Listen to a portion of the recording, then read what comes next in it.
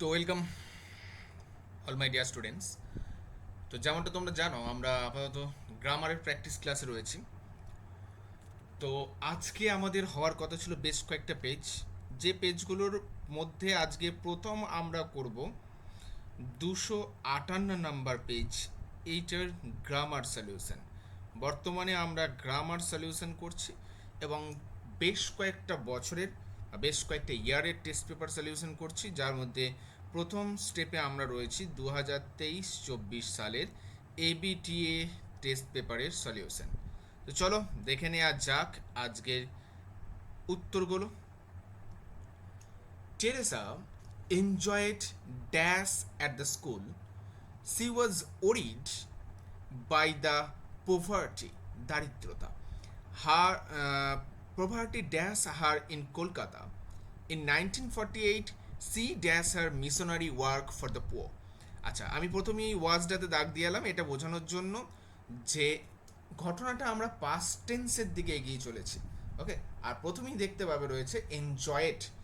আচ্ছা, তাহলে Teresa enjoyed teaching. Teaching অর্থাৎ শিক্ষা দানের যে পদ্ধতি সেটাকে তিনি এনজয় করতেন, সেজন্য টিচিংটাকে নিলাম। সি ওয়াজ ওরিড, তিনি চিন্তিত ছিলেন বাই দ্য প্রভার্টি সারাউন্ডিং, অর্থাৎ তার চারপাশে থাকা, অর্থাৎ তাকে চারদিক থেকে যে প্রভার্টি বা দারিদ্রতা ঘিরে রেখেছিল সেটাকে নিয়ে। কলকাতা ইন 1948, যেহেতু তাকে পুরোটাই অতীতের ঘটনায় চলছি, তো তিনি শুরু করেছিলেন আমরা বলবো সি বিজ্ঞান। ওকে, বিগিন অর্থাৎ প্রেজেন্ট টেন্স, বিজ্ঞান অর্থাৎ ভি3-তে চলে যাচ্ছি, বিজ্ঞান অর্থাৎ ভি2-তে রয়েছে। তাহলে আমরা তো সিম্পল পাস্টে নিচ্ছি, তো বিজ্ঞানটাকেই নেব। আশা করি এটা আমাদের বোঝা গেছে। চলো এরপরে অংশটা আসছি। এর আগেও আমরা যে পেপারগুলো সলিউশন করেছি সেখানে এই সেম আর্টিকেল প্রিপোজিশনের অংশটা তোমরা পেয়েছিলে, আগেও তোমরা করেছো। তো এটাতে মনে হয় না আমার নতুন করে বলার বিশেষ ব্যাখ্যার দরকার রয়েছে। তাহলে প্রিয়াঙ্কা মণ্ডল 38 আ নার্স, তারপরে অংশটা অন 2nd জুলাই। আর রোগের ক্ষেত্রে আমরা বলেছিলাম উইথ, ইনফেক্টেড উইথ হয়। ঠিক আছে, এটা আমরা আগের দিনও করেছিলাম এবং এটার ডেসক্রিপশন আমরা আগের দিন দিয়েছিলাম। চলো এইবার আমাদের ডু অ্যাজ ডাইরেক্টেডের যে 3টে কোশ্চেন রয়েছে সেটা উত্তর কি হবে দেখে নেওয়া যাক। আচ্ছা চলো, বি1, বি এর যেটা প্রথম রয়েছে, the teacher said to the students wear masks to avoid corona virus. তো এক প্রকার বুঝতে পারছি ন্যারেশন চেঞ্জ করার সময় আমি আগের দিন যথেষ্ট ইন ডিটেল ডেসক্রিপশন করে দিয়েছিলাম। আরেকবার বলে দিই যে বাক্যটা কী ধরনের বাক্য আমরা দেখব। এই যে কোটেশন দেওয়া বাক্যটা, এটা কী ধরনের বাক্য দেখব সেদিক থেকে দেখলে এই বাক্যটি হচ্ছে গিয়ে ইম্প্যারেটিভ সেন্টেন্স, কারণ এখানে আমরা দেখতে পাচ্ছি অর্ডার দেওয়া হচ্ছে, তাই না? তাহলে এটা একটা ইম্প্যারেটিভ সেন্টেন্স। ইম্প্যারেটিভ সেন্টেন্সের ক্ষেত্রে সেই টু থাকলে আমরা কি কি বসাতে পারি বলেছিলাম। যদি সেই টু থাকে সেই জায়গায় আমরা অর্ডার্ড বসাতে পারি, অ্যাডভাইসড বসাতে পারি, রিকোয়েস্টেড বসাতে পারি, কিংবা নিষেধ বা না বোধক অর্ডার হলে সেক্ষেত্রে আমরা ফরবেড বসাতে পারি। এই কটার কথা আমরা জেনেছিলাম। তো এইখানে দেখো না বোধক তো নয়, বলা হচ্ছে যে ব্যবহার করো করোনা ভাইরাস চলাকালীন মাস্ক। তো আমরা সিম্পলি এটাকে অর্ডার দিয়েও করতে পারি অথবা অ্যাডভাইসড দিয়েও করতে পারি। তো আমরা অর্ডার দিয়েই করি, যেহেতু টিচার তার স্টুডেন্টদেরকে ক্ষেত্রে বলছে। তো দ্য টিচার, তাহলে এই অংশটা একই থাকবে, দ্য টিচার। সেইড টুটা পাল্টে আমরা কি লিখবো, অর্ডার্ড। অর্ডার্ড দ্য স্টুডেন্টস আবার একই রইল। ইম্পারেটিভ সেন্টেন্সে আমরা জানি কী হবে, কমা কোটেশন উঠে গিয়ে লিঙ্ক আর কি বসবে, টু। আর তারপর সেভাবে ভার্বের তো কোনো চেঞ্জ হবে না, কারণ টু এর পর যে ভার্বটা বসবে সেটা তো ভি ওয়ানই থাকবে। তাহলে the teacher order the students to wear mask to avoid corona virus. এইটা হবে আমাদের আলটিমেট উত্তর। এবার আসছি 2 নম্বরে। 2 নম্বরে আমাদের ভয়েস চেঞ্জ করতে বলা হয়েছিল। বলা হয়েছে Lata Mangeshkar is called queen of melody. একটা জিনিস লক্ষ্য করো, আমি বারবার বলে দিয়েছিলাম যে আমরা সেই ছোটো ক্লাসে নাই যে বাই দেখে এই সমস্ত বাই উইথ অ্যাট এই সমস্ত কিছুগুলোকে দেখে আমরা বুঝবো এটা প্যাসিভ ভয়েসে আছে, আদারওয়াইজ বুঝতে পারবো না, তেমন তো নয়। আমি শিখিয়েছি তোমাদের বি ভার্বের দিকে লক্ষ্য রাখবে এবং তারপরে মেন ভার্বটার দিকে লক্ষ্য রাখবে। যদি দেখো একটা বাক্যে বি ভার্ব রয়েছে এবং তারপরে মেন ভার্বটাতে, অর্থাৎ আমি সাধারণত কোন বি ভার্বগুলোর কথা বলছি, অ্যাম, ইজ, আর, ওয়াজ, অয়ার। আমরা সাধারণত জানি যদি অ্যাক্টিভ ভয়েসে হতো তাহলে এগুলোর পর্বে এগুলোর পরে ভার্বের সাথে আইএনজি যোগ হতো, আমরা জানি সেটা। ঠিক আছে, কিন্তু এখানে সেই কেসটা ঘটছে না, ভার্বের সাথে আইএনজি যুক্ত হচ্ছে না। এখানে যদি দেখো যে এই সমস্ত বিভাগগুলোর পরে ভার্বের প্রবাবল V2 জাতীয় ফর্ম রয়েছে বা V3 জাতীয় ফর্ম রয়েছে, তুমি হয়তো প্রথমে থেকে বুঝতে পারছো না এটা V2 না V3। মোট কথা তুমি দেখে মনে হচ্ছে এটা পাস্টে আছে, তাহলে তোমাকে অবশ্যই বুঝতে হবে যে এই বিভাগগুলোর পরে যদি ভার্বের V2 মানে দেখতে V2 বা V3 মতো ফর্ম থাকে সেইগুলো তাহলে কি নিশ্চিত রূপে প্যাসিভ ভয়েসে আছে। তার মানে আমাদের যে বাক্যটা দেয়া রয়েছে, Lata Mangeshkar is called queen of melody, এটা তাহলে প্যাসিভ ভয়েসের আকারে কিন্তু রয়েছে। সুতরাং এটাকে আমাদের নিয়ে যেতে হবে অ্যাক্টিভ ভয়েসে। তো চলো দেখো কারা লতা মঙ্গেশকরকে কুইন অফ মেলোডি বলছে, আমরা ধরে নিতে পারি লোকজন বলে, পিপল। তাহলে সেই হিসেবে বলি, তাহলে পিপল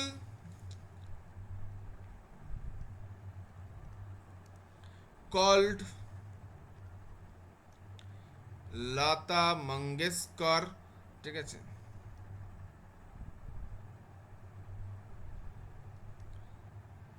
লতা মঙ্গেশকর, তারপরে যেটা আছে একই থাকবে, কোনো চেঞ্জ হবে না। People called Lata Mangeshkar, sorry called নয়, পিপল কল হবে, হ্যাঁ কল্ড হবে না, কল হবে, কারণ প্রেজেন্ট টেন্সে রয়েছে যেহেতু আমাদের বাক্যটা। তাহলে people call Lata Mangeshkar the queen of melody, বা যে অংশটা রয়েছে কুইন অফ মেলোডি, এই অংশটা অ্যাজ ইট ইজ যা আছে আমরা লিখে দেবো। তাহলে people call Lata Mangeshkar queen of melody, এটা হয়ে গেল আমাদের উত্তর। এরপরে অংশে চলে আসছে 3 নম্বর, the Statue of Unity is the biggest statue in the world. করতে বলা হচ্ছে কম্প্যারেটিভ ডিগ্রি। বেশ, প্রথমত কোন ডিগ্রিতে ছিল আমাদের বাক্যটা সেটার দিকে একটু নজর দেবো। আচ্ছা, এটা আমি একটু ডিলিট করলাম কারণ এখানে আমরা উত্তরটা লিখে দেখাবো। বেশ, যদি তাকিয়ে দেখি তাহলে এখানে ছিল the biggest, it's means SD অর্থাৎ সুপারলেটিভ ডিগ্রি। এবং আমরা জেনেছিলাম সুপারলেটিভ ডিগ্রি থেকে কম্প্যারেটিভ যেতে গেলে দুটো জিনিস দিয়ে করতে হয়, হয় এনি আদার নয় মোস্ট আদার। এনি আদার কখন প্রয়োগ করব, যখন দা প্লাস সুপারলেটিভ ডিগ্রিটা থাকবে। মোস্ট আদার কখন ইউজ করব, যখন one of the plus superlative ডিগ্রিটা ইউজ হবে, তখন আমরা মোস্ট আদার করব। কিন্তু আমাদের এই বাক্যে দেখতে পাচ্ছি দা প্লাস সুপারলেটিভ ডিগ্রি রয়েছে, অ্যাডজেক্টিভটা সুপারলেটিভ। তাহলে অবশ্যই এই বাক্যে আমরা কম্পারেটিভ করার জন্য এনি আদারকে ইউজ করব। মাথায় রাখবে এনি আদার দিয়ে শুরু করব, কিন্তু আমি এই কথাটা বলছি না, এনি আদার ইউজ করব। বাক্যের স্ট্রাকচার কেমন হয়, একে যখন আমরা কম্প্যারেটিভে নিয়ে যাব তো সেই বাক্যের স্ট্রাকচারটা কেমন হবে চলো একটু দেখে নেওয়া যাক। দ্য স্ট্যাচু অফ ইউনিটি থেকে যখন আমরা যাচ্ছি তাহলে কি করব, যেমন সাবজেক্ট ছিল কম্প্যারেটিভে যাওয়ার সময় সাবজেক্ট সেম সেম জায়গাতেই থাকবে, ঠিক আছে। অর্থাৎ the Statue of Unity is, এবার বসবে তার কম্প্যারেটিভ ডিগ্রিটা, তাহলে বিগেস্ট কম্পারেটিভ ডিগ্রি কি বিগার। তারপরে কি বসে আমরা সবাই জানি দ্যান বসে। এরপরে এই যে এনি আদার শব্দটা বলছিলাম সেটা এবার এইখানটায় বসবে। তাহলে পুরো কি দাঁড়ালো, the Statue of Unity is bigger than any other statue in the world, bigger than any other statue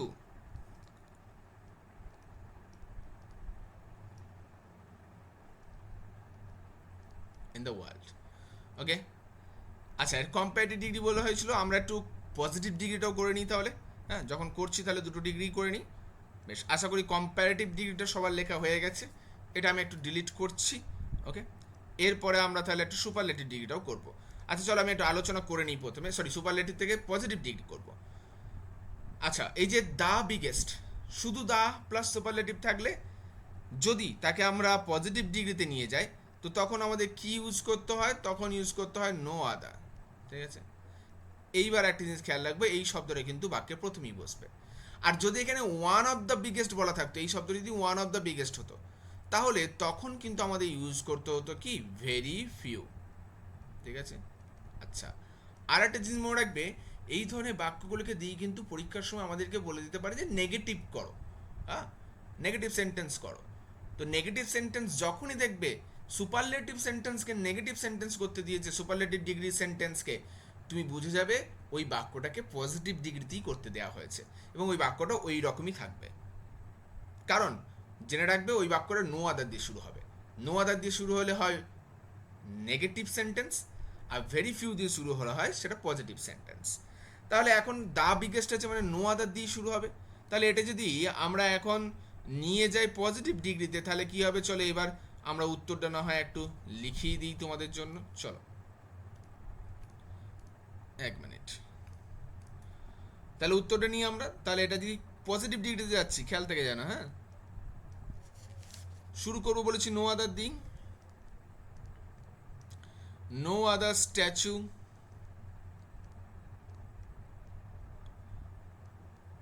in the world. এক্ষেত্রে সেকেন্ড যে সাবজেক্টটা হয় সেটা কিন্তু প্রথমে চলে আসে। সেকেন্ড সাবজেক্ট কি ছিল আমাদের? Statue in the world. তাহলে no other statue in the world is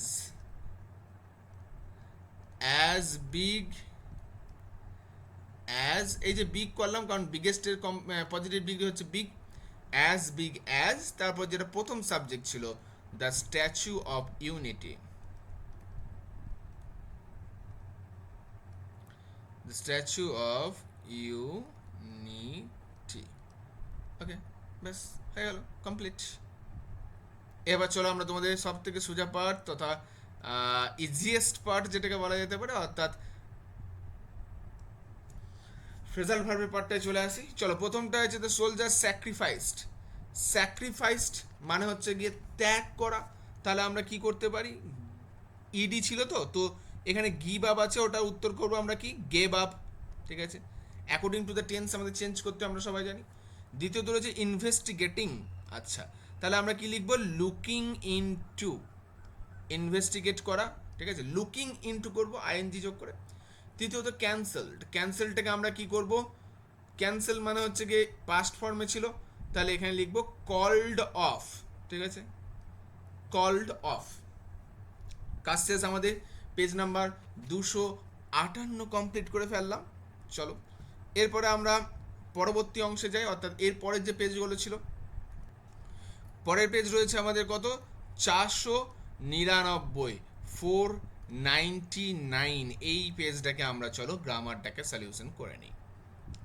চলো, বলা হচ্ছে অল দ্য চিলড্রেন, যদিও বা শিশুরা, লাভ আউটডোর গেমস, বাইরে খেলা ভালোবাসে। দেয়ার প্যারেন্টস, তাদের পিতামাতারা এটাকে কি করে না, এটাকে গণ্য করে অর্থাৎ কনসিডার করে দেয়ার ইন্টারেস্ট অ্যাজ হার্মফুল, অর্থাৎ পিতামাতারা বাচ্চাদের বাইরে খেলাধুলাটাকে একটা হার্মফুল বা ক্ষতিকারক হিসেবে গণ্য করে, অ্যান্ড মিনিংলেস, অর্থহীন বলে। A child who spends time, দেখো এই যে প্রেজেন্ট টেন্স এখান থেকে বুঝতে পারছি, দেখো স্পেন্ডস আছে। A child who spends time and energy in outdoor activities, একজন শিশুর কথা বলা হয়েছিল, তার মানে আমাদের ভার্বটাও সিঙ্গুলার হতে হবে, তাহলে গ্রোজ হতে হবে। ওকে, বেশ। আর এটা ইন গ্রোয়িং নয়, এটা পিনটেক মিস্টেক ছিল, এটা ইজ গ্রোয়িং হবে। যাই হোক, আমাদের উত্তর হবে কিন্তু গ্রোজটা। চলো এবার চলে আসছি আমরা আমাদের পরবর্তী আর্টিকেল প্রিপোজিশনের পার্টটায়। আর্টিকেল প্রিপোজিশনে কি বলা হচ্ছে দেখো, many people of Dooars have died of malaria. হ্যাঁ, আমি তোমাদের আর্টিকেল প্রিপোজিশনে যখন একটা ইন ডিটেল ক্লাস করিয়েছিলাম, সেখানে দেখবে শুধু ডাই শব্দটাকে নিয়ে আমরা 5-6 রকম দিয়েছিলাম। ডায়ের পর 4 থেকে 5 রকমের প্রিপোজিশন বসতে পারে, যেখানে একটা প্রিপোজিশন দেওয়া ছিল কেউ যদি রোগে মারা যায় তাহলে সেক্ষেত্রে কি হয়, ডায়েড অফ হয়। ঠিক আছে, ম্যালেরিয়া রোগের নাম। বেশ, according to the report receipt, অর্থাৎ যে রিপোর্ট পাওয়া গেছে, তথ্য পাওয়া গেছে, সেই অনুসারে দে আর ডেপ্রাইভড, ডেপ্রাইভড মানে বঞ্চিত হওয়া। এবং আর একটা জিনিস মনে রাখবো যে ডেপ্রাইভডের পর কিন্তু অলওয়েজ অ্যাপ্রোপ্রিয়েট প্রিপোজিশন হিসাবে অফ বসে, ডেপ্রাইভড অফ। ঠিক আছে, প্রপার ট্রিটমেন্ট, তারা বঞ্চিত ছিল যথোপযুক্ত চিকিৎসা থেকে। হয়ে গেল আমাদের আর্টিকেল প্রিপোজিশনের কাজ শেষ। এবার চলে আসি আমরা আমাদের পরবর্তী, অর্থাৎ do as directed part, B এর দাগে। প্রথম কোশ্চেন ছিল this is one of the funniest stories of Sukumar Roy. এবার লক্ষ্য করো, আগেরটায় আমরা করছিলাম দা প্লাস সুপারলেটিভ ডিগ্রি, কিন্তু এখানে আছে দেখো কি, ওয়ান অফ দ্য ফানিয়েস্ট, অর্থাৎ one of the plus superlative degree করতে দিয়েছে কি আমাদের পজিটিভ ডিগ্রি। একটু আগে এটা আমি ডেসক্রাইব করে এলাম, ওয়ান অফ দ্য থাকলে আমরা ভেরি ফিউ দিয়ে করবো। চলো এটা উত্তরটা করে নেওয়া যাক। তাহলে আমরা এরকম করতে পারি, এইখান দিয়ে শুরু করতে পারি। ভেরি ফিউ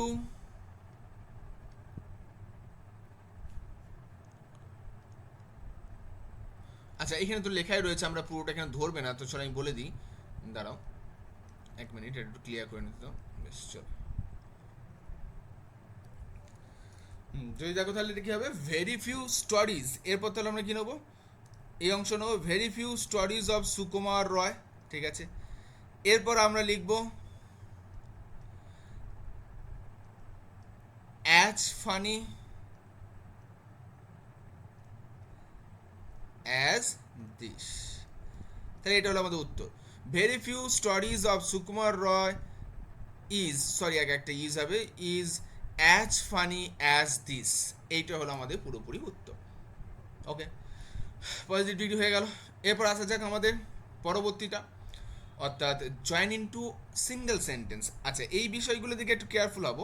যখন এই সিঙ্গেল সেন্টেন্স বলা হচ্ছে না, তখন আমরা কিন্তু কমপ্লেক্স, কম্পাউন্ড কিংবা সিম্পল যা খুশি করতে পারি। ওকে, তো তোমরা যখন প্র্যাকটিস করবে বাড়িতে, চেষ্টা করবে তিনটি প্র্যাকটিস করতে, কমপ্লেক্স, কম্পাউন্ড এবং সিম্পল। আমি এখানে একটাই দেখিয়ে দিচ্ছি তোমাদের। ওকে, চলো।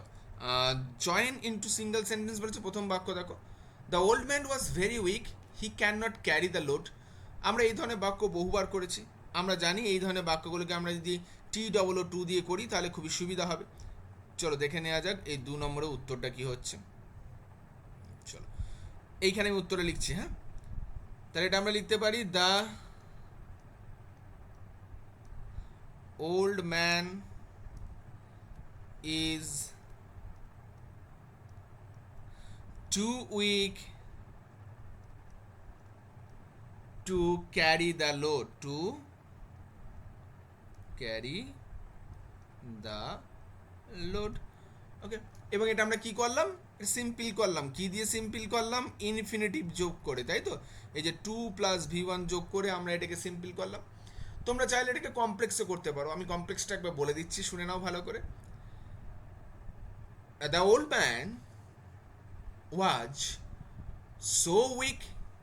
আচ্ছা, আমরা এখানে ইজ লিখেছিলাম না, আমাদের ওয়াজ ছিল, সরি। আচ্ছা, the old man was so weak that he could not carry the load. Could not করে নিতে হবে, কারণ আমরা যেহেতু পুরোটাকে একটা বাক্যে আনছি, তো প্রথম অংশটা যেহেতু পাস্ট টেন্স রয়েছে, পরেরটাকে আমরা পাস্টেই নিয়ে যাবো, that he could not carry the load. এটা যদি তোমরা কম্পাউন্ডে করো সেটা আরও সোজা, the old man was very weak and he can not carry the load. যেমনটা রয়েছে তেমনটা, শুধু মাঝখানে একটা অ্যান্ড বসিয়ে দাও, তাহলে তোমার, এবং বসিয়ে দাও, তাহলে তোমার কাজ শেষ। চলো 3 নম্বরটা আসছে, এটা আমাদের বইয়ের লাইন, আবার রান অ্যাওয়ে কাইট থেকে নেওয়া হয়েছে। কি করতে বলা হয়েছে, ভয়েস চেঞ্জ করতে বলা হয়েছে। We pasted gold tinsel stars all over the kite and had written our names on it. এই বাক্যটা খুব ভালো করে একটু লক্ষ্য করবে। হ্যাঁ, এই ধরনের সেন্টেন্সগুলোর দিকে আমরা নজর দেবো। কেন নজর দেবো, কারণ এই সেন্টেন্সগুলো কম্পাউন্ড সেন্টেন্স। দেখো, we pasted gold tinsel star all over the kite, এখানের মধ্যে একটা, ঠিক আছে, সরি দাঁড়াও, এটা আমরা পুরোটা পড়ে গেল, অল ওভার দ্য কাইট, এই অংশ পর্যন্ত একটা পার্ট। আবার যদি লক্ষ্য করো, অ্যান্ডের পর থেকে দেখো বাকিটা আবার আর একটা part, had written our names on it. তাহলে এই বাক্যটার তো দুটো অংশ রয়েছে, তার মানে আমাকে যখন ভয়েস চেঞ্জ করতে দেওয়া হচ্ছে, দুটো অংশেরই কিন্তু সেপারেটেডলি ভয়েস চেঞ্জ আমাকে করতে হবে। প্রথম পার্টটার ভয়েস চেঞ্জ করব, কিন্তু তার আগে দেখে নেবো, আমি বারবার বলি, বাক্যটা প্যাসিভে আছে নাকি অ্যাক্টিভে আছে। We pasted gold tinsel stars all over the kite, বাক্যের স্ট্রাকচার আমরা দেখতে পাচ্ছি, এখানে কোনো বিভাব ইউজ হয়নি। তার মানে এই অংশটাতে অবশ্যই বিভাব ইউজ হয়নি, এবং হ্যাড বিন, হ্যাজ বিন কিংবা হ্যাভ বিন এ সমস্ত ইউজ হয়নি। তাহলে এটা অবশ্যই অ্যাক্টিভের পার্টে আছে, প্যাসিভে যেতে হবে। দ্বিতীয় পার্টটার দিকে তাকাই, had written our names on it, এখানেও দেখো আমরা কোনো বিভাবের প্রয়োগ পাচ্ছি না, তো এটাও অ্যাক্টিভ ভয়েসেই রয়েছে, এটাকেও প্যাসিভ নিয়ে যেতে হবে। তাহলে প্রথম পার্টটা আমরা প্যাসিভ করি, we pasted gold tinsel stars all over it. আমরা এখানে গোল্ড টিনসেল স্টার্সকে সাবজেক্ট হিসেবে নিলাম। বেশ, এটা দিয়ে শুরু করি। আচ্ছা দেখো, এই বাক্যে কিন্তু দুরকম হতে পারে, অর্থাৎ সাবজেক্টটা কিন্তু গোল্ড টিনসেল স্টারটাকে নিলে আমাদের সুবিধা হবে। তাহলে উত্তর করব গোল্ড টিনসেল স্টার্স, পাস্ট টেন্সে ছিল, তাহলে লিখবো ওয়ার। আচ্ছা, আমি উত্তরটা তোমাদের জন্য লিখছি এই ওপরটাতে, অর্থাৎ আগে যে অংশটা করেছিলাম, যে অংশটা আমরা সিম্পল সেন্টেন্সে লিখলাম, সেটাকে একটু ডিলিট করে নিই এবং এখানেই আমি লিখে দিচ্ছি। যেহেতু আমাদের শর্ট প্লেস রয়েছে লেখার জন্য, সেই কারণের জন্য আমি এখানেই আবার একবার লিখে দিচ্ছি। আশা করবো তোমাদের এগুলো আগে তুলে নেওয়া হয়ে গেছে। চলো, অর্থাৎ এটা ছিল আমাদের 3-এরটা, তাই তো? চলো 3-এরটা উত্তর আমরা লিখে নিই। তাহলে উত্তরে প্রথমে আমরা লিখব গোল্ড টিনসেল স্টার্স।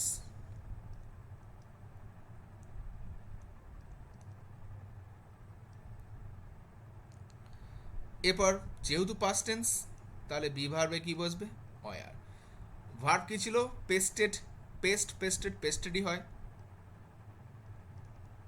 তাহলে gold tinsel stars were pasted all over the কাইচ। এটা এই অংশে দিলে শুনতে ভালো লাগবে, তাই আমরা এটাকে আগেই নিয়ে এলাম, ঠিক আছে? By us. এবার দেখো, এই বাই আস অংশটা আপাতত আমরা হাতে রাখছি, হ্যাঁ, আমি লিখে রাখলাম যাতে তোমরা তাড়াতাড়ি বুঝতে পারো। উই ছিল, ওটা পাল্টে বাই আস করলাম। এরপর তো অ্যান্ডের একটা পার্ট রয়েছে, তাই না? তাহলে অ্যান্ডের পার্টটাকে লিখে নেওয়া যাক। অ্যান্ড দিয়ে আমি নিচে লিখছি আবার অ্যান্ড কি ছিল দেখো পরের পার্টটা, had written our names on it. তাহলে এখানে আমার সাবজেক্ট কোনটা হবে? আওয়ার নেমস নিলাম।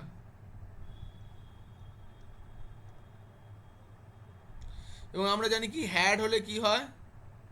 হ্যাড বিন হয়। তারপরে ভি3 তো রিটেন রয়েছে, রিটেন অন ইট।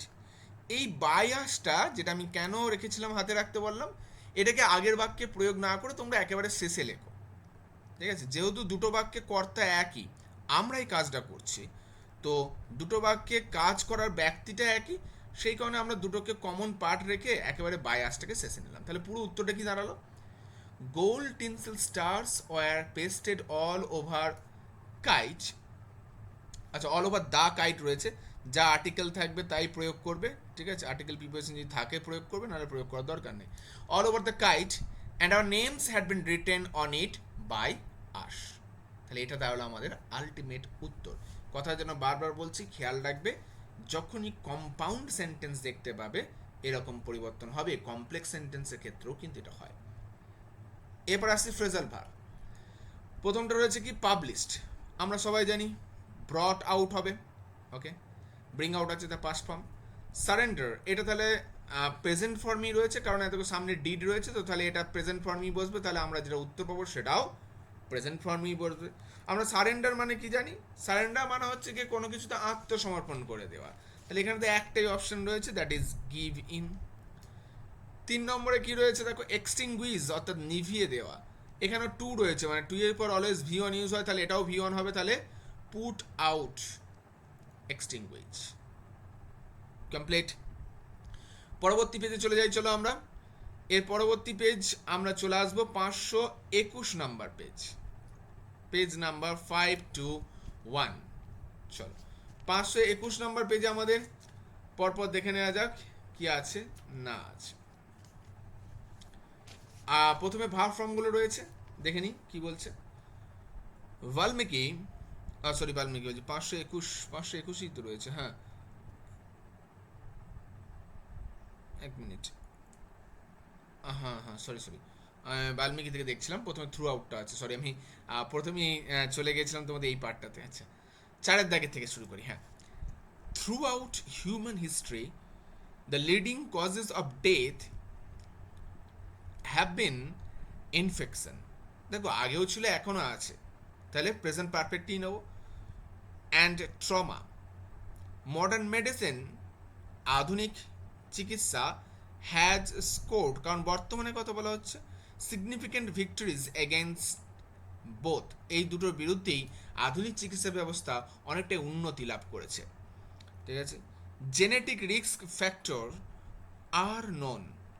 এই যে জেনেটিক রিস্ক ফ্যাক্টর, এটা পরিচিত, for all the chronic degenerative diseases. ঠিক আছে, দেখো এটা বর্তমানেও পরিচিত, ঠিক আছে, এই হিসেবে আমরা আর নন হিসাবেই নিচ্ছি। বেশ, চলো এরপরে অংশে চলে আসছি। Valmiki is the original. Valmiki ছিলেন অরিজিনাল রেকর্ডার, অর্থাৎ এক্ষেত্রে লেখকের কথা বলা হচ্ছে। রেকর্ডার কার রেকর্ডার? রামের জীবনের, তাহলে of Ram's life. Okay, others may build, অন্যান্য হয়তো তৈরি করতে পারে, dash their story, may build up, গঠন করা, তাই না, বিল্ড আপ মানে গঠন করা, বিল্ড আপ দেয়ার স্টোরিজ, হয়ে গেল। চলো এবার আমরা চলে আসছি ডু অ্যাজ ডাইরেক্টেড পোর্শনে। ডু অ্যাজ ডাইরেক্টেড পোর্শনে প্রথমে আমাদের কি বলা হয়েছিল দেখিনি। It seems to be the most courageous step. দেখো কতটা ইনস্ট্রাকশনটাকে ঘুরিয়ে দেওয়া হয়েছে। বলা হয়েছে মোস্ট কারেজিয়াস, এটার পজিটিভ ডিগ্রি ইউজ করতে, মানে সোজা কথা পুরো বাক্যটাকে পজিটিভ ডিগ্রিতে নিয়ে যেতে হবে। তাহলে দা মোস্ট আছে, তার মানে আমরা জানি এটাকে আমরা নো আদার দিয়ে শুরু করব, তাই তো। তাহলে নো আদার স্টেপ, উত্তরটা আমাদের কি আসবে? আছে এই অংশে লিখছে, আমি উত্তরটা একটু লক্ষ্য করবে, B1। তাহলে no other step is as courageous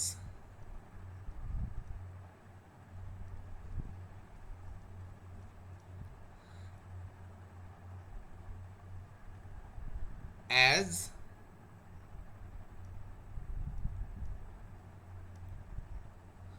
as it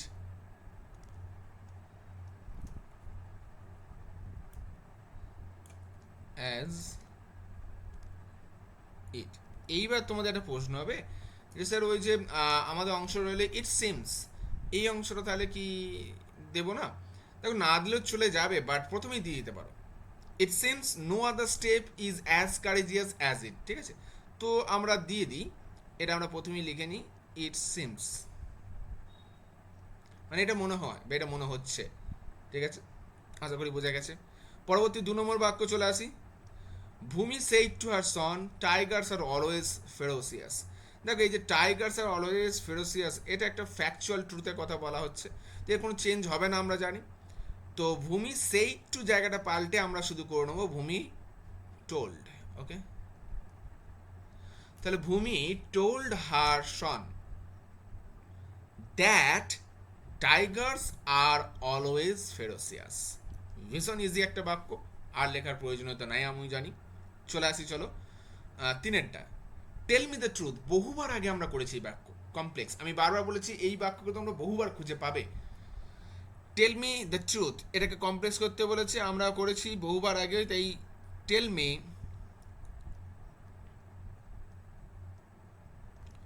what the truth is, আমাকে বলো সত্যটা কি। এই যে হোয়াট দিয়ে আমরা করলাম বাক্যটাকে কমপ্লেক্স, এর ব্যাখ্যা আমি আগেও করে দিয়েছি, তো আশা করি এখানে আর কোনো নতুন করে ব্যাখ্যার প্রয়োজনীয়তা নেই। চলো ফেজাল ভাব করে চলে আসি।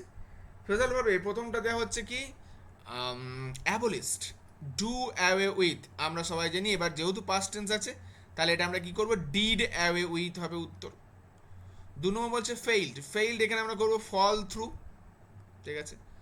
চলো এরপর চলে আসছি, পাস্ট টেন্স আছে সে অনুযায়ী করে নেবে, এগুলো আর আশা করি বলার প্রয়োজন নাই। 3 নম্বরে ডেলিভারি, এটা প্রেজেন্ট টেন্সই আছে, তো এটা আমরা একই রাখবো, প্রেজেন্ট টেন্সে হ্যান্ড ওভার, কাজ শেষ। পরবর্তী পেজে চলে আসি, চলো পরবর্তী পেজে আমরা করব, 1 মিনিট দাঁড়াও, পেজটা একটু বের করে নিতে দাও। 827 নম্বর পেজে রয়েছে আমরা এখন, হ্যাঁ, পরবর্তী পেজ আমাদের আসছে 827। চলো 827 সলিউশন দেখা যাক। Among the great women of India of the past, Rani Ahilyabai occupies a very high place, ঠিক আছে। ইজ অকুপাইড তো না, রানী অহল্যাবাই বাক্যের স্ট্রাকচারটা যেহেতু প্যাসিভ ভয়েসে নয়, অ্যাক্টিভ স্ট্রাকচারই রয়েছে, তাহলে অকুপাইজটাকেই আমরা এখানে নেব, ঠিক আছে। Occupies a very high place, she তিনি কেম ফ্রমই আমরা করবো তাহলে এটা, ঠিক আছে। তাহলে সি কেম করবো আমরা, কেম অফ আ পুয়ার ফ্যামিলি, তিনি এসেছিলেন একটা দরিদ্র পরিবার হতে, বাট কিন্তু তার বিবাহ হয়েছিল, অর্থাৎ দেখো বিবাহটা তো কারো দ্বারা দেওয়া হয়েছিল, বাট ওয়াজ ম্যারিড, ঠিক আছে, প্যাসিভে লিখবো, to the son of Malhar Rao Holkar. Holkar রাজবংশ আমরা জানি, the greatest Maratha chief in the middle of the 18th century. তাহলে 3 নম্বরের উত্তর হলো আমাদের ওয়াজ ম্যারিড। এরপর চলে আসছি আমরা, বাই দ্য টাইম স্বামী ওয়াজ রেডি টু লিভ, এ তো তোমাদের বইয়ের জানো তোমরা সবাই, ফর স্কুল, বিদ্যালয়ের জন্য। Father had compose a long letter dash the headmaster, to the headmaster, he put it in an envelope. আর ব্যাখ্যা করার কোনো প্রয়োজন নেই, কারণ তোমাদের বইয়ের line. The dream altered me, কবিতার লাইন আমরা সবাই জানি, আমাদের টেক্সট, ক্লাস 10-এর টেক্সটে যেটা রয়েছে, অর্থাৎ যে ট্রি সম্বন্ধীয়, অর্থাৎ টেড ইউজের যে কবিতা মাই ওন ট্রু ফ্যামিলি, সেই কবিতা থেকে নেওয়া হচ্ছে। দ্য ড্রিম অল্টার্ড মি, তাহলে এটা আমার সাবজেক্ট হবে। আই যেহেতু পাস্ট টেন্স, ওয়াজ, তারপরে অল্টার্ড বাই দ্য ড্রিম, তাহলে I was altered by the dream হয়ে গেল, খুবই সাধারণ একটা ব্যাপার। এবার চলে আসছি 2 নম্বর, personally he was much more friendly than the other teachers. Okay, degree of comparison বলেছে। আচ্ছা দেখো, personally he was much more friendly than the other teachers আমরা দেখতে পাচ্ছি, তাহলে মাচ মোর ফ্রেন্ডলি, তার মানে এই বাক্যটা কিসে আছে আমরা অলরেডি বুঝতে পারছি, এটা আমাদের রয়েছে কিসে, কম্প্যারেটিভে, ঠিক আছে, কারণ এই যে দ্যানও রয়েছে দেখো তাকে। এখন কম্প্যারেটিভে থাকলে আমরা যেহেতু দুজনের মধ্যে তুলনা হয়, তাহলে সেটাকে সুপারলেটিভে সাধারণত নিয়ে যাওয়া যায় না, তাকে নিয়ে যেতে হয় পজিটিভ ডিগ্রিতে, তাহলে এই বাক্যটাকে আমরা নিয়ে যাবো কিসে, পজিটিভ ডিগ্রিতে। তাহলে যদি আমরা পজিটিভ ডিগ্রিতে নিয়ে যাই, তাহলে কি করবো, আদার টিচার্স আমাদের সাবজেক্ট হবে। তাহলে শুরু করবো এখান থেকে, আদার teachers were not as friendly, other teachers were not as friendly as he, অথবা তুমি চাইলে পার্সোনালি শব্দটা প্রথমে লিখতে পারো, হ্যাঁ যেহেতু রয়েছে তো ওই শব্দটা লিখতে পারো, personally other teachers were not as friendly as he, ব্যাস এতটা হবে আমাদের উত্তর। পার্সোনালি দিয়ে শুরু করব, আদার teachers were not as friendly as he, কাজ মিটে গেল। এবার চলে আসি মোড অফ ন্যারেশন। এই কোশ্চেনটা বহুবার দেখেছি আমরা, বহুবার মাধ্যমিক পরীক্ষাতেও এসেছে। You are half an hour late said Samuel, Samuel বললো তুমি আধা ঘন্টা দেরি করেছো, তাহলে স্যামুয়েল সেইড দ্যাট, খুবই সোজা একটা বিষয়, দ্যাট। এবারে ইউটাকে তোমরা চাইলে ইউ রাখতে পারো, কিংবা চাইলে হিও করতে পারো, যেহেতু এটা টেক্সচুয়াল লাইন, কারণ এই ইউটা স্বামীকে বলা হয়েছে আমরা জানি।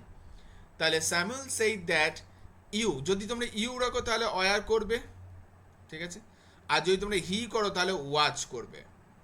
ওকে, তাহলে Samuel said that you were অথবা হি ওয়াচ, তারপর যেটা পড়ে আছে হাফ অ্যান আওয়ার লেট, কাজ মিটে গেল। আবার উত্তরটা বলছি শুনে নাও, Samuel said that you were half an hour late, অথবা Samuel said that he was half an hour late.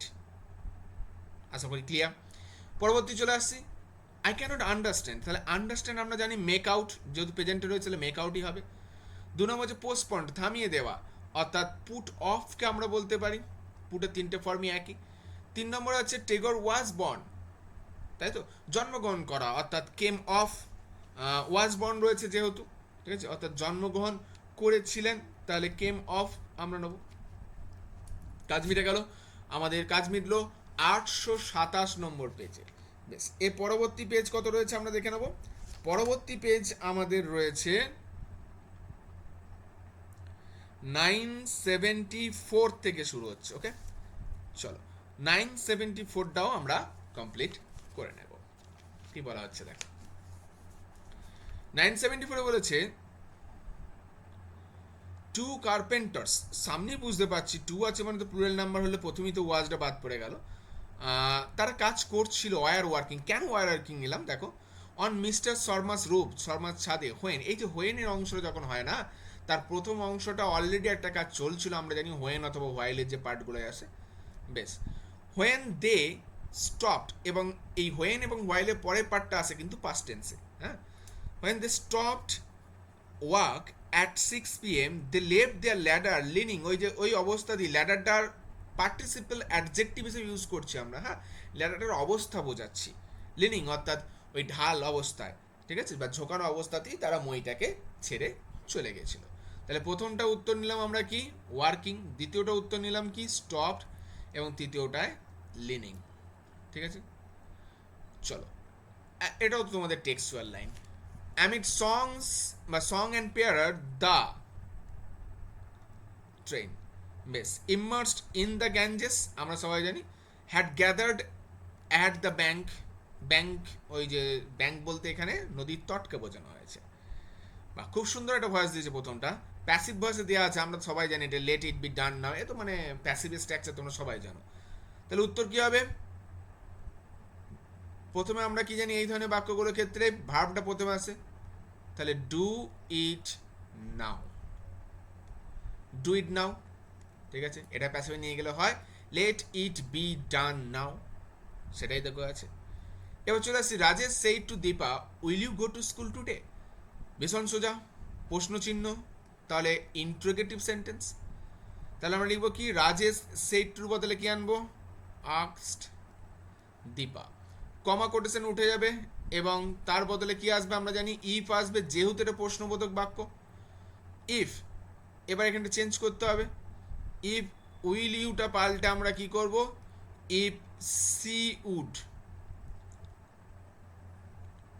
C would go to school, এবং টুডে থাকলে আমরা জানি পাল্টে কি হয়, দ্যাট ডে। তাহলে পুরো উত্তর কি দাঁড়ালো, Rajesh asked Dipa if she would go to school that day, কারণ উইলটা পাস্ট টেন্সে যাবে, উড হবে, এবং ইউটা কাকে বোঝাচ্ছে, দীপাকে, তো তার জন্য আমরা সি বসালাম।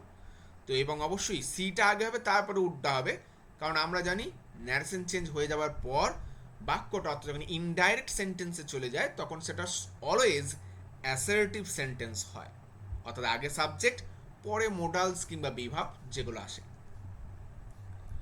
চলো তারপরে কি দেখতে পাচ্ছি, 3 নম্বর বাক্য, the boy was too lazy to shine in life. Amit too, ভীষণ ভীষণ গুরুত্বপূর্ণ এবং ভীষণ ইজি একটা বাক্য। তাহলে এটাকে উত্তর হিসেবে আমরা কি নিতে পারি, আমি এই ওপরে উত্তরটা লিখছি, B3 উত্তর। ঠিক আছে, দ্য বয় ওয়াজ, কোথায় গেল আমাদের, হ্যাঁ, the boy was too lazy to shine in life. Amit too করলে আমরা কমপ্লেক্স সেন্টেন্স করে দিই, the boy was so lazy, খুবই কুঁড়ে ছিল, দ্যাট হি ক্যান নট, যেহেতু আমরা প্রেজেন্ট সরি পাস্ট টেন্সে, sorry that he could not করব, that he could not shine in life, that he could not shine, that he could not shine in life. ব্যাস, এই তো হয়ে গেল, simple একটা বিষয়। চলো চলে আসছি ফ্রেজাল ভার্ব কোটায়, আরেকবার দেখিয়ে দিচ্ছি, দেখে নাও যদি কারো অসুবিধা হয়। The boy was so lazy that he can sorry could not shine in life. বারবার বলছি, এই ধরনের সেন্টেন্সের স্ট্রাকচার কিন্তু খুব বেশি করে প্র্যাকটিস করবে, পরীক্ষায় এই ধরনের বাক্যগুলো খুব আসে। এবং আমি তোমাদের আগেও বলে দিয়েছিলাম যে এই ধরনের বাক্য দেবে, দিয়ে বিভিন্ন রকম ইনস্ট্রাকশন দিতে পারে। হয়তো বলতে পারে অমিট টু করো, কিংবা বলতে পারে বাক্যটাকে কমপ্লেক্স করো, কিংবা বলতে পারে বাক্যটাকে নেগেটিভ করো। যাই বলুক, সবগুলোর উত্তর কিন্তু এই যেটা আমি লিখলাম সেটাই হবে। ঠিক আছে, চলো, I could not understand, phrasal ভার্বে আসছি। তাহলে আন্ডারস্ট্যান্ড মানে তো একটু আগে আমরা করে এলাম, make out. Save, lay by. তারপরে কি আসছে আমাদের, ডিস্ট্রিবিউট, বিতরণ করে দেওয়া, তো গিভ অ্যাওয়ে, ডিস্ট্রিবিউটেড ছিল তাহলে গেভ অ্যাওয়ে হবে। ব্যাস, তো আপাতত আজকের ক্লাসে আমরা সমাপ্ত করলাম 975 নম্বর 74-75 নম্বর পেজের এই গ্রামারগুলোকে দিয়ে। পরবর্তী দিনে আমরা পরবর্তী ক্লাসে আবারও বেশ কিছু পেজ সলিউশন করব।